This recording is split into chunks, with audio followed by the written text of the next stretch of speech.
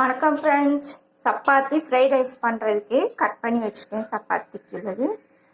அப்புறம் இஞ்சி பூண்டு விழுது, 4 பெரிய வெங்காயம், 2 தக்காளி, 4 முட்டை, இதெல்லாம் கட் பண்ணிவிட்டு உங்ககிட்ட காட்டுறேன் சப்பாத்தி ஃப்ரைட் ரைஸை.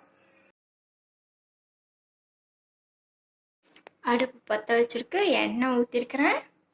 இப்போ இஞ்சி பூண்டு விழுது போட போகிறோம். போட்டாச்சு.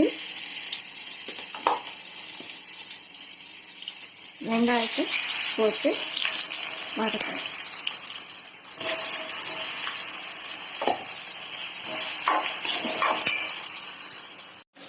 இப்போ நல்லா வெங்காயமும் தக்காளியும் வதங்கிடுச்சு.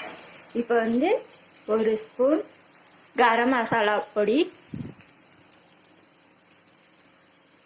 1 ஸ்பூன் காரப்பொடி, 1 ஸ்பூன் காஷ்மீர் மிளகாத்தூள் போட்டு கொஞ்சம் வதக்கி விட்டுட்டு இப்போ முட்டையை உப்பு தூள் போடும். உப்பு அளவாக போட்டுக்கோங்க. தேவைக்குள்ள உப்பு போட்டுக்கோங்க. இதை வதக்கிட்டு இப்போ முட்டையை 4 முட்டையை உடச்சி வச்சிருக்கிறேன். அப்படியே இதில் ஊற்றிட்டு ஜீரகத்தூள்,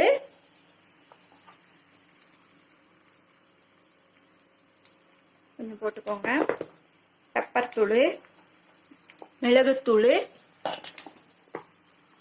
போட்டுக்கோங்க, கொஞ்சமாக போட்டுக்கோங்க. அவ்வளோதான். இதை வதக்கிட்டு இப்போ சப்பாத்தியை இதில் டொமேட்டோ சாஸு கொஞ்சம் ஊற்றும். நான் அதில் ஊற்ற மாட்டேன், இதில் ஊற்றி பிசைஞ்சு தான் நான் போடுவேன். கொஞ்சமாக ஊற்றிக்கோங்க.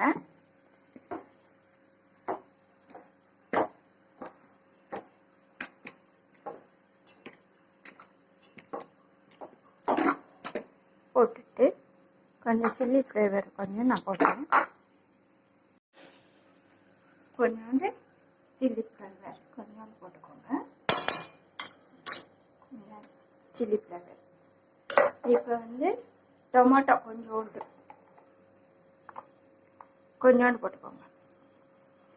இதெல்லாம் போட்டோம்னா செம்ம சூப்பராக இருக்குங்க. நிறையா போட்டுறாதீங்க, கொஞ்சமாக போட்டுருங்க. எல்லாத்தையும் பிசைஞ்சிட்டு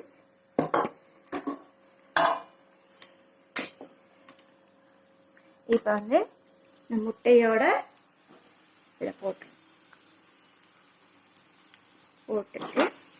அப்படியே வதக்கிடலாம்.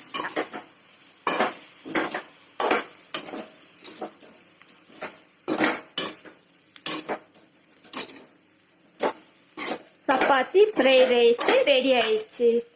நீங்களும் இப்போ சாப்பிட்டு பார்க்கலாம் எப்படி இருக்குது. சூடாக இருக்கு.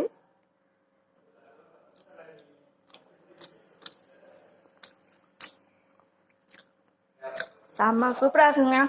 செஞ்சு பார்த்துட்டு எனக்கு கமெண்ட் பண்ணுங்க, சப்ஸ்கிரைப் பண்ணுங்க.